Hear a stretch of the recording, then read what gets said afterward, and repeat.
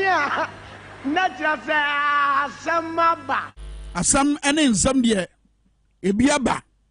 Ensuo to won kran. Awofo amutie me mesramo.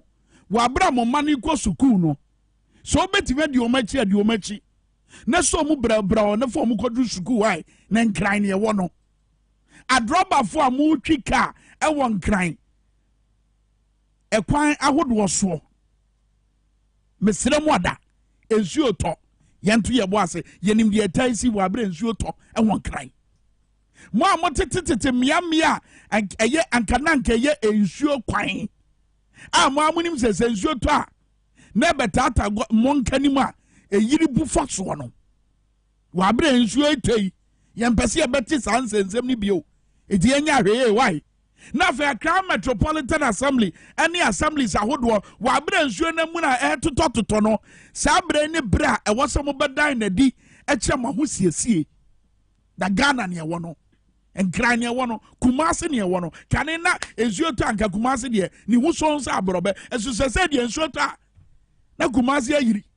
He said miamia wasn't ensuo tene for no. Ye de sotos akosisi ho. Yakosi muronsa ahodo ene ye de aye soto. Ena ya intimamfo no so anka ye beboa sere be ya krom bete no. Ye nso kura de ye chen na enoma fi no monkanim ne ye de iguo. Sabre ensu atoi wo bi the border si fie asi ni dem for days ensu atoi ohweba ogum hanifa no ato agum sra wa bra wonwene ba bia efi no ebekọ akogu wunti wanhwe obi be hwere ne nkwa onse wutiri bu fo eti saade no sacrifice ho now abono nso apa wo simadu nwotwe nano ye beka kire ye wo Ghana ha wa bra ye tie Ghana yi ye tia ye to ye beka kire se sabra no ye sidi anase ye sika ye dia ye fro no sidi no aya hata enu ntina ye mampanyin sabra na nado danko akufo ado wo de Dr. Muhammadu Baumia eba na Baumia eba yin so wo ba babo ma sidi ni mo ayedu na be so mbo dia mayen na mo man no sikasam etimi agina yie enadie na ba esei wa bra ye sikasam age aguyi Baumia wo hwehwe na wo hu no ese o mampani abedi eche Dr. Muhammadu Baumia wa bra ebra so betimi de na ho oden ni nimde ene ni nyansa ne ni bibia wo no ebehwe asiesie tibie ya ye wei hwade bia ekoso a amanfo ebo ni din ewo ho se Dr. Muhammadu Baumia sa asem ya ye ba betu dwan se wonta akira bra bekam yentie fisa dance die pi eda di pefe se enkuofo ya ye bo mu pa so mo nkoye sa pa ramfu adwuman sa brei wo se wutibi kanokure e de kire Ghana fo no wo mo bata ho wo mo ye nkuofo bia wuni mo anka gonja de wo sha gonja de sia eye dan no okosi ni hu gonja asase so wo sha gonja de sia eye dan no obodu tutuo ene do kura na bedadi ama sesei montoma na efra mo no apa ama madadeja eno amenu ama eye ohene babo ama banie wura fam hwepetentakram biebie nsam so ade hunumu bi ane hwehwemu bi batodwa efa na no eye bra na yesi gonja hene foforo no na ya bodwa na nkuofo bi begina ho a no mobọ kane mampani John Dramani Mahama tutuo wawuram abiem ade a kire yen ba bia sankofo no no mu free hwade we mame power 979 FM etara me chemo se enye organic enye gonja fo na ehuro owura John Dramani Mahama. This is the deputy organizer of MPP oni boy join me on Facebook power 979 FM we ba share video no mame tentem.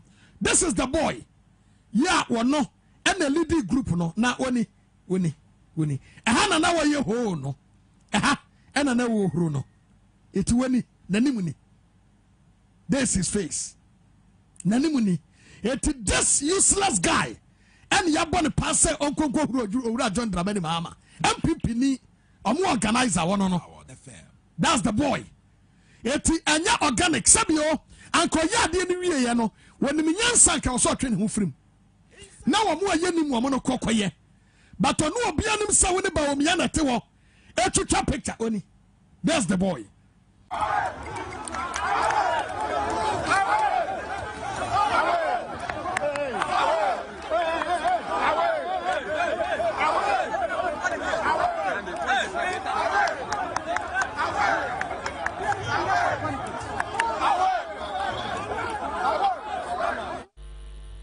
Oh, baby, I do so say, Baumia pre-draw. Nano our quas anti-mantem Katia. I ye born tutu. And no yambo be a pow. A 24 nana ye. Nano Global Citizens Festival. A fashion I say. Anna Mampeni Jina Wanoka say, if you are singing Abagana. Yambo be a pow. Nano Brana Mampeni Nana the Waba Pro. I was anti-mantem Nimiamia Hodwa near born tutu. And you'll be on your born a pow. E se oba hunu baby a yeduro e no ma hunu se wo mo wonya akono e no mo pe kwan bi a wo meti ba fa so no ma twe Ghana fo adwen every sema ehia no so e ensem be na ehia na no yete ye Ghana wa bra na yesidi na ho ode ba fam ama mpanyi paw eye empanifo animdefo so mo hwe ekwan a ye beti wa fa so na yesidi na nya ho ode no what committee bi ye fra no FX committee. Your mampany abedi eche mampany kwagina Santa Maria eka se sidi na hatenti wode ne ba no wanfana nka sa committee no ho wanfana nka committee no ho ene ya pese ye kan se mi twamfonyi bi ade che Ghana for say ba umia enyo no na president nti sometimes you know decision making no ya na enyo no ohudi omo peso mo ye but omo ye biara na ensam na nkasa ne anamona wo mo ankasa etuo no na enua pomo ho ntema ena hefa ne yegina ena man Ghana gina empempenso a ye minister for finance Ken Oforiata mampanyi ni niaba mai wonam China airport China achaw se China mfa Ghana ka enche no wo free China obekọ the United States of America. Minim say bia no ntina Kamala Harris wo ba eye oman mu ho over the weekend ya minim wo ba kwa America wo ba kwa Paris ni nyina sa akoni anamo a wo tutu nyina ye kwan a wo fa so se de ba ya mama hodo e de oman Ghana ka e beche no wo abra wo ye sa de no nso hwade bia wo ye omrase bedwafie na ansa na e bekọ de wo ye omrase bedwafie no maminka obi bia Dr. Mamadou Baumia was head of economic management team. What dear wanya no. What they bonk for pass or no na yedia. I said, ye bonk for pa. So Mufambe John Mahama no sa what they no anka what the beche no my economy na a year no. In 2016, what the beto Ghana for any say. At what bebe no, woman ye, woman sing kete.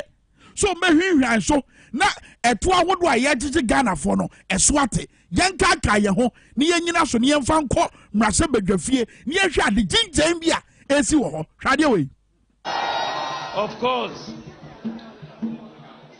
the NDC and President Mahama are going about saying that these reductions in taxes that we are going to implement as part of our comprehensive program of economic reform. They are going around saying that our manifesto promises are going to ruin the economy. I'm just so baffled. You, a president, you have presided in 8 years over the collapse of our economy. If you knew the plan that could work for the economy and be successful, why haven't you implemented that plan in 8 years? Why? If you know what can work for our economy, why is the economy collapsing in your hands after 8 years? You clearly do not understand the economic plans and underpinning the MPP manifesto. Your task is to make our economy work. You cannot do it, and now you want to say the MPP plan cannot work. You have essentially no legs to stand on in saying the MPP plan cannot work because your own plan has collapsed the economy. Granted. His own plan collapsed the economy. Granted, Yanfan say no correct. But Momo master plan is say moba betete to us, right? Says I don't know worker. Wabra John Mahama say sa na mo na mo pese mutu no emfa. Kai say John Mahama na saba na etwa to wabra 2016 abato no ne nsusu aso dan ne di say wadi ntwo no. Waka say posterity shall judge. And clearly posterity judge. And Baumia now would gina simpie so a video ya me che ya no catch and this ya bino sabre Jomahama bino sabre and say one to mean church almost say a 2 or more person who so no enye no and ne saban ya kwajinam rase bedwafie say what the mran susu ye and mran sakraye abetoto wa yede to ahodo ba betoto ankrankran nyuma ye fo so ankrankran mabia bi omunyuma amanfo mabie omumfidi nyuma wo mo ye no ma wo man Ghana yede to ahodo ba betoto mo so wo sabre ya sika fra pata wo sabre ya amanfo nyuma asai wo sabre ya amanfo dwetere ahye no sabre yi na ban yi di mirika se sa to eye eto yi a wo mo peso mo de bayi ene mran susu yi o mo de akoto mrase bedwafie yi se mrase bedwafo anje antumu a ebeye den se sa 3 billion no mo hwehwe e de free IMF no ebetimi aba aban a wo okache ye se wo ba wo behwehwan to so wo de e-levy aba yade kodie wo coronavirus ba ye wo de yade no wo to aba. In fact, to the sense that Edum Benzobi, now man for us say yes, what it was. In fact, Rotos na muka say you better with the grasso and the attitude mind, Muchemu, nothing more massa di Bricana Sandiaba. And she told me on Modeba. What from be a year tax amendment bill, the excise duty amendment bill, and a vessel growth and sustainability amendment bill. Ninjano. The Omudia so many soon say, a bebo more minor. A certain 4 billion Ghana cedis afibia. The only issue many should know. See a benya 4 billion Ghana cedis afibia. But not honorable Podo. Ah, one of them Rasabani or Kadom Kumano. No, but Sabre ya Ghana for Nisikai. And I woke out 4 billion. And you're from bottom. Afibia. Woke out 4 billion. And you're from bottom was out for ya, Wobabaji. Afei, was say. According to a highly placed source at the Finance Ministry, the income tax amendment bill is expected to generate 1.2 billion. It is our income tax amendment bill and ranamene ora Abraham Kumsine Kasano Kase a terminate one. Abide the cities Naniso say a bet you have 1 moment sika 1.2 billion. Aban Kroya was this Sikano or Wahaya. Aban Kroya was it, we bet you original rotos on Kwanso.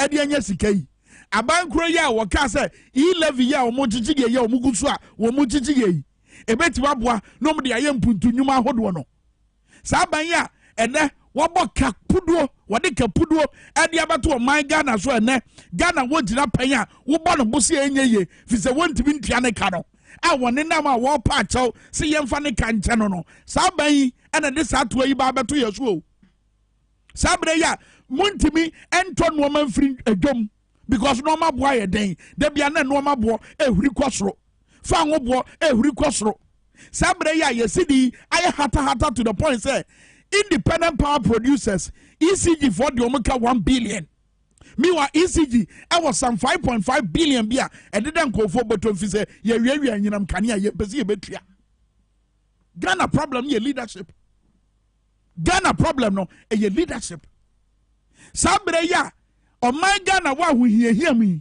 yetibi power enkofo de omukoto electoral commission and yes be a Desmond so a wonim the political affiliation odo yakofa obia nim say we politically exposed na ye na koto abato commission sabre ya yes sikani wo sabre ya manfo tu omofo so omututu omuno maye no munya sika saye no sabre and yes sankofo ye de omugu aban mu eno na ono aba okudje to ablakwa wabra dom kuma na sigina ekentire se wo mo mpere so emie approve eye ministerial nominees no ebra na wo advance the argument wo nie ntia dom kuma na yesa no wo dan na di kire se ti se dia se edu ngetia kan no What I did say, woke up and penya sure ya wa. Now share the kind of appointment ya make any portfolio bia ya shisha dia ma for now bisa ho say eno so kura free hin eti ye nyina chi amafo jisika wo ho ya de yeto na etua enkofo ka wo sa adwuma ye omu ye me pese wuti okujeto ablakwa sa clip na ready a yenti honorable okujeto ablakwa ranking ewo foreign affairs committee wo ne enti adom kuma no esi nkete se Katie Hammond Stephen Amua Amin Anta any Brian Champon ne enti a yam so emiem formo enyuma say ministers. It is nothing personal, it is based on principle. Baby o mind jina no ye nyina ye yam so emma mo fa ka emma to my Ghana aboso mu tie we.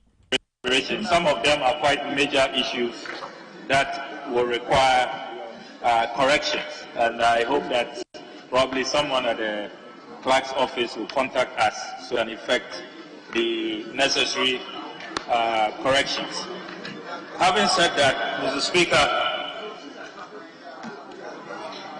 our country is at a crossroads.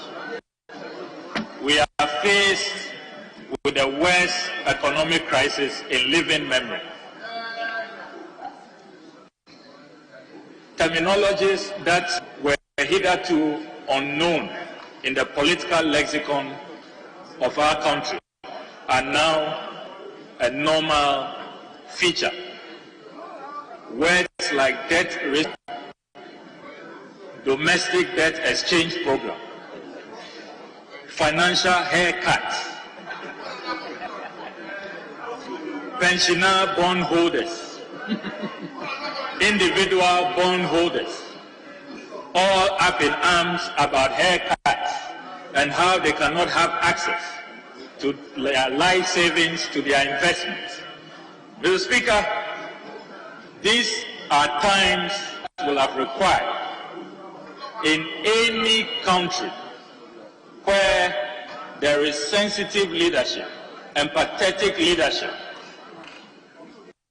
It will have required that we will not be gathered here today discussing appointments of ministers and an increase in the ministerial numbers.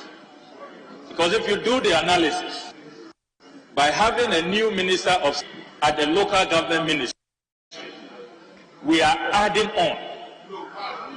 We are going to have more ministers.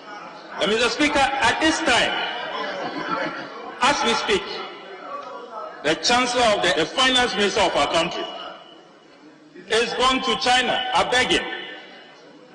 He is begging for debt restructuring.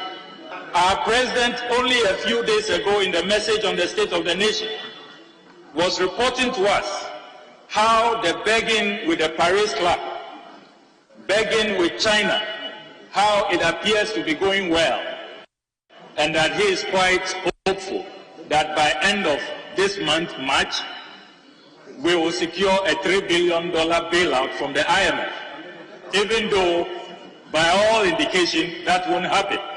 We are not even featuring on the IMF Executive Board calendar. So, Mr. Speaker, how on earth,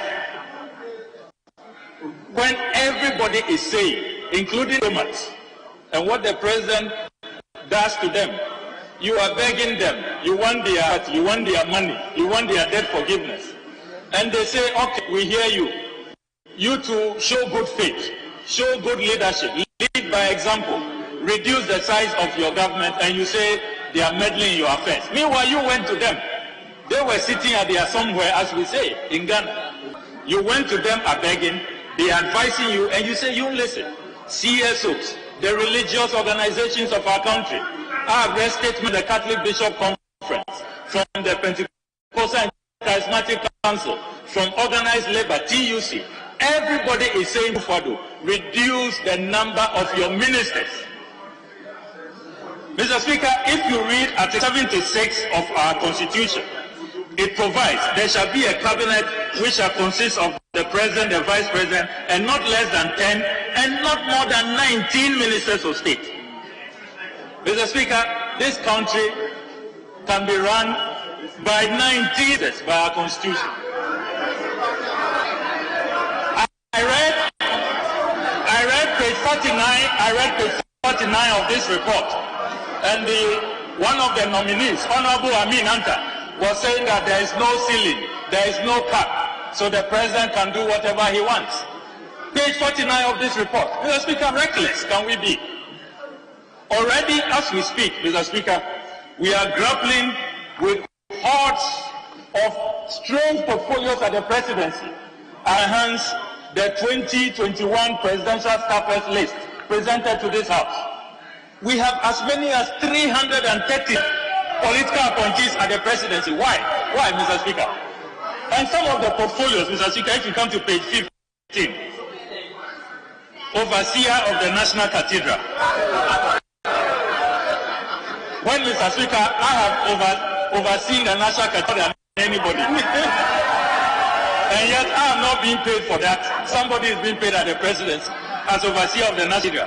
We have a church relations manager, diaspora church mobilization officer.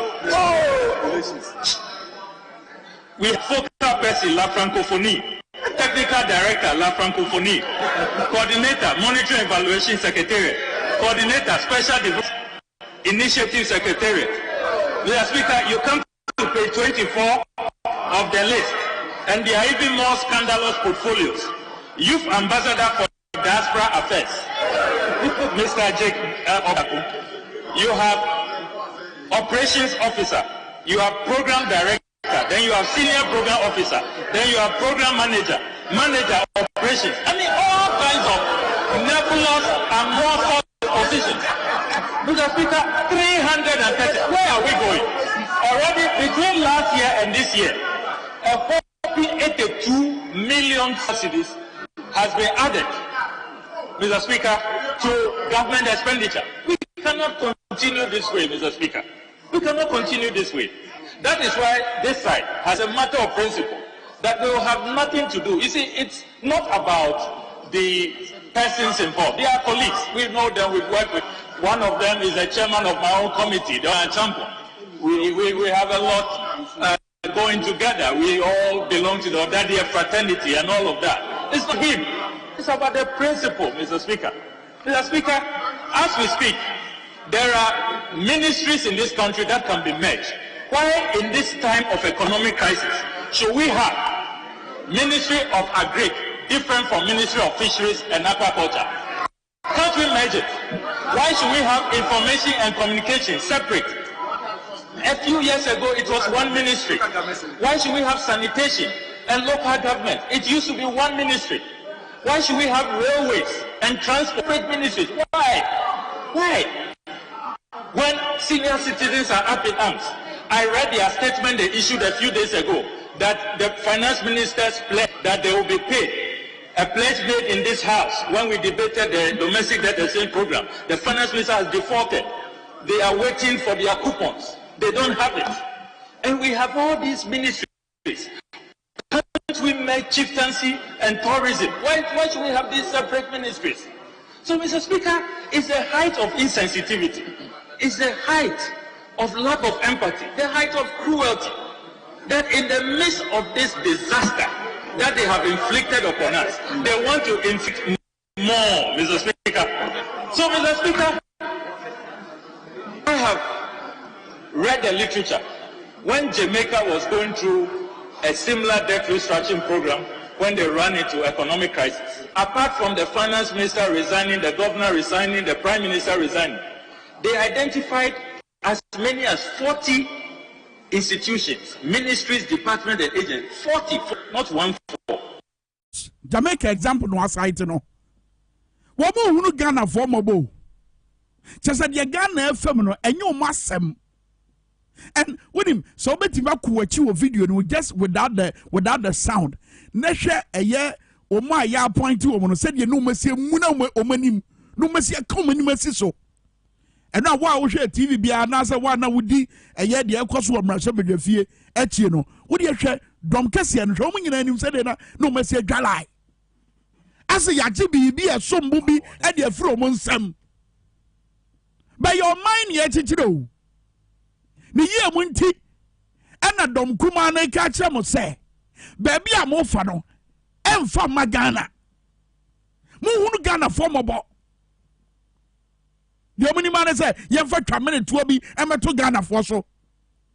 Yes, some call for Yemfa mungu abemu. Me Greek ministry. I have a kumsi anu oti wanu wedala anu emu na no suppress. Na no wife there. No watch suppress at the fit anu waka na ni masisui. Who bet mama net aso a Greek ministry? Obeti wahwe a Greek ministry nim. Obeti wahwe so. A substantive minister, waka Ministry of Fisheries and Aquaculture, any a Greek bomb, pum. Yaya be paying our Ghana and say Bibia information and communication. They said you're good to a black way. Come on, pum. Yaya be our my Ghana and say Bibia Brane Champon. Who class surrender to a biner for say, not this time. To a biner for. Nega ato you are my friend no Jazadia no ya my friend is mbia wa keti amone we experience our Ghana politics mu wonim de dom kumaneka wonim pa say baby a de omo ka no etaso mu munim enra me ti afenyo markings I said no I convinced because we go to a yes ania Kenya formula se bedafie ehwe Ghana esa na wetwa no dom kuma esa na wo metwa no na wose Kenya mra so bedwafie no de dom kuma ne ye no e de aye mfato ho e wo mu kasa mu e wo Kenya mra so bedwafie meaning say wuji tum say anamon na dom kuma etuo no e beti boa but politics inti partisan politics inti bibia ya shede fry ni empesi e behunu no kura no say Ghana for ne ye ha omo and I need Ghana mrase bedwafo achi or therefore bechi ni yebeka se nchebia ye di omachi ene ye hwe ni usa abato bi be koso fi se enra wa bra mo ye o argument we speaker ma ho kwan so how akum sin ye won say the wasi adwalai e bra speaker ma ho kwan say obi anya na argument no ena wo mu nyina agitum say yentu enkomo no nsha da nti o metu ase ne se ne eno mba beto eye anobaba ye no eho eso aba na sabato obi be koso a owura o say chairman sabozui tuti a wankasa waban na ye hu se wodo o my God wodo adehye wo swame mpeso aso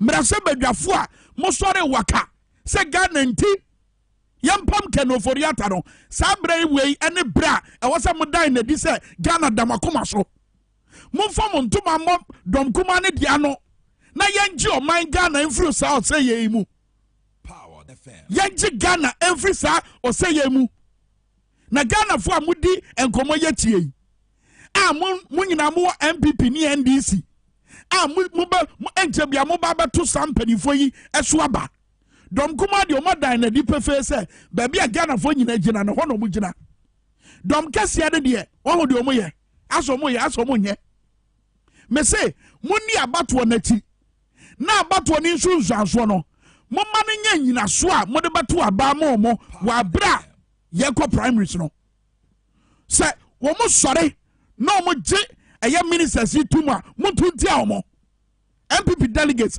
asem na me kan because wadwuma na asai no mo mra so bedwafo no mo nwene wo udwetere na ahye no wo mra so bedwafo no mo nwene ho enyo masem aban save sika by insurance say won fa nipa foforo na se nkofo foforo embegu aban mu wo se mempene da bi emwa power the fam wo betu anamo ato ho ato so aba ba wona tumi ni kura wo a mebe ma kwan amoafre na wache wadwen wona tumi ni kura ye bia phone lines ni sisi ye wo ana tumi ni kura mo hwa ade we so wa bra ye ko primaries no MPP delegates mo hwa ade we so na mo mane ntumufo wa bra ye ko primaries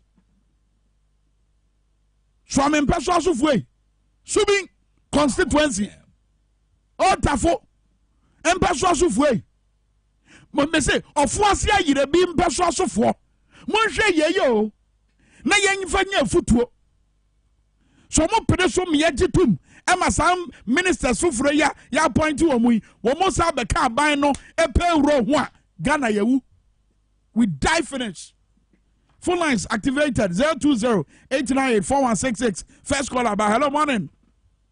Good morning, Libra. Ghana ni be ni e. The patron will Casafri Bunny region one Chibuzi Krum. Your first saying. Your friend out to fire. I would file ain't you. Libra, Yankupon Shiram. Well, Yankupon Shiram, as I just my phone now. Mammy tell me incoming president Ghana at your quadrant Ramani Mahama. File Yanqua some wine. Yes. Oh, I'll have to say to Haruna. Or did you say? Tonight, I have no, I know that Obedia, bro. In there, the best be I want in a parliament. No one at my pa and work Ghana. I know NDC Ghana because they was Ghana. Minya and Juma Yen now. Yes, and talk. She can no one with the Bekako here. Minya importers and exporters. Yeah, prayer. To my 44 here. Your education, Abawe Agunu, Magazine, Abawe Agunu, Adobo Fajuma, Abawe Agunu. But I know say obi e tu aban info say tete no ma so na won wa hye da bubu nua gu na so. Hello morning. Good morning. Mr. Wodina baby afrefree. Elliot. Elliot yentie wa. Nekia revo kokwado. No na de before we establish my own it's no mine. Nenia o say NDC mo bo about so far with my family bo mandagana. O say NDC Ghana food da o ma kuma so far.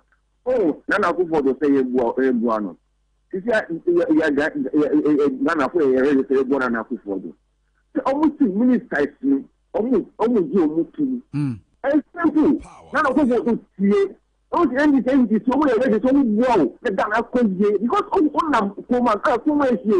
That's can only 2 ministers. I can't be any of my. But Nana Kupo to say, thank you. Me da say Elliot sounds so afraid yan call for so hello morning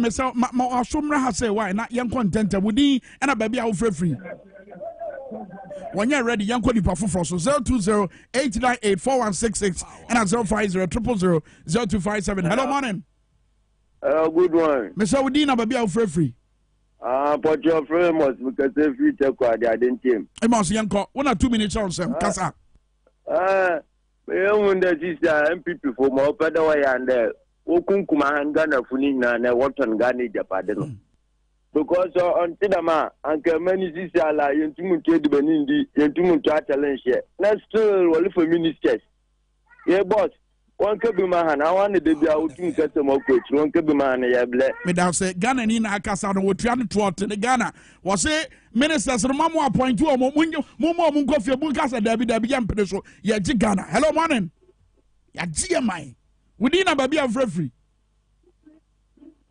hello onye krado em say jama ya tutu nkofo bi gum so mbese ya mfa oba no anya ready ya be you afrim hello morning.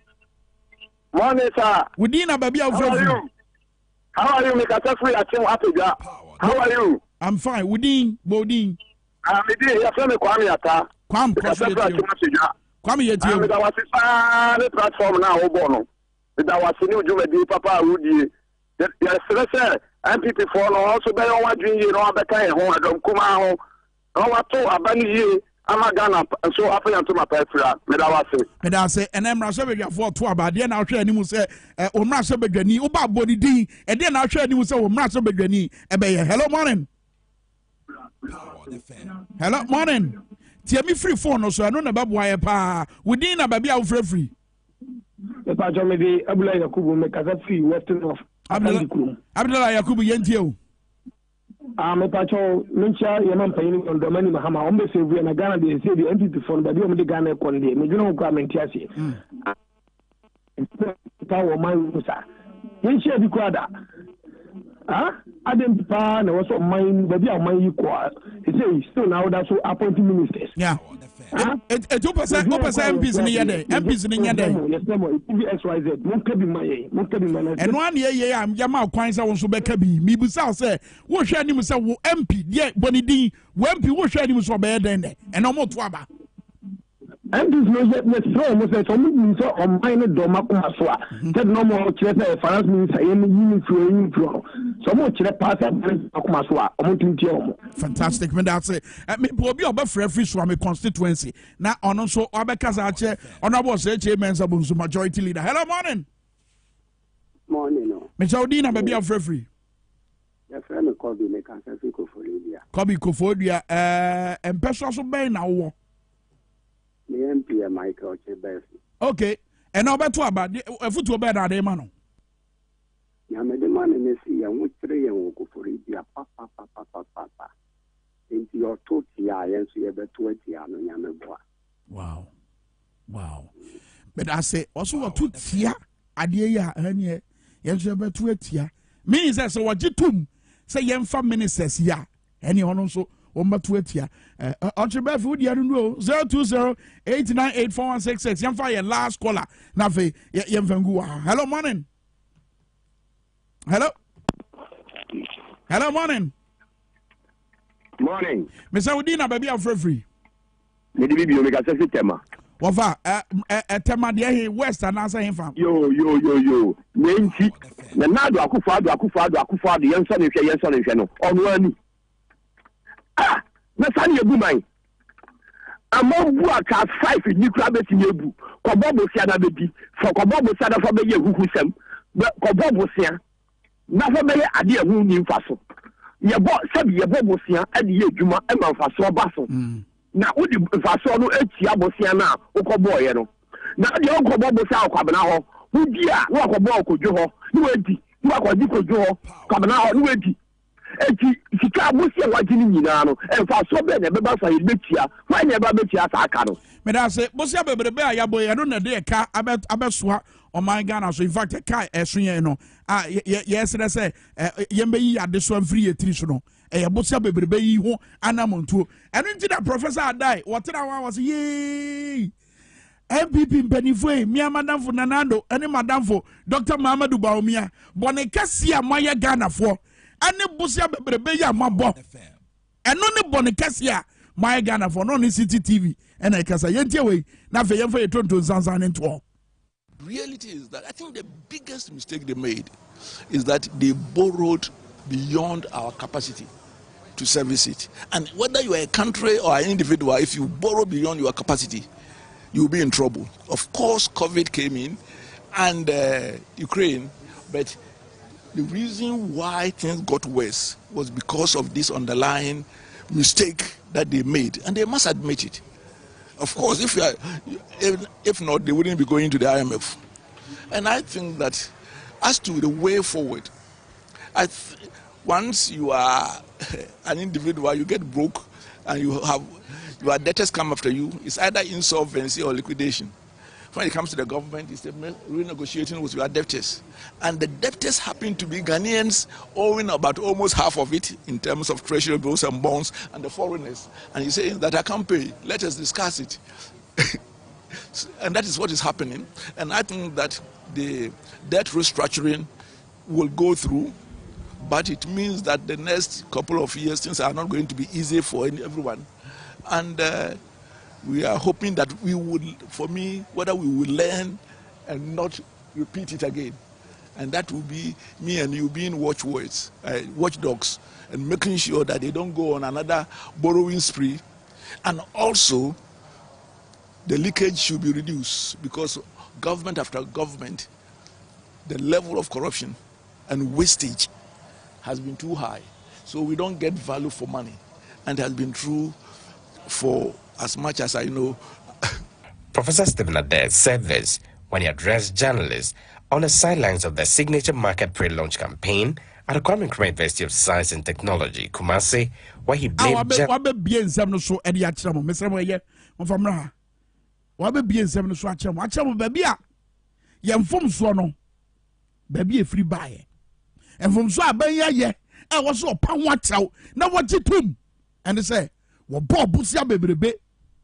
na woni bibia wo de bekere se bosi abiboyi ye ni na me de aye so ba mfaso e de ama Ghana ye nwene ho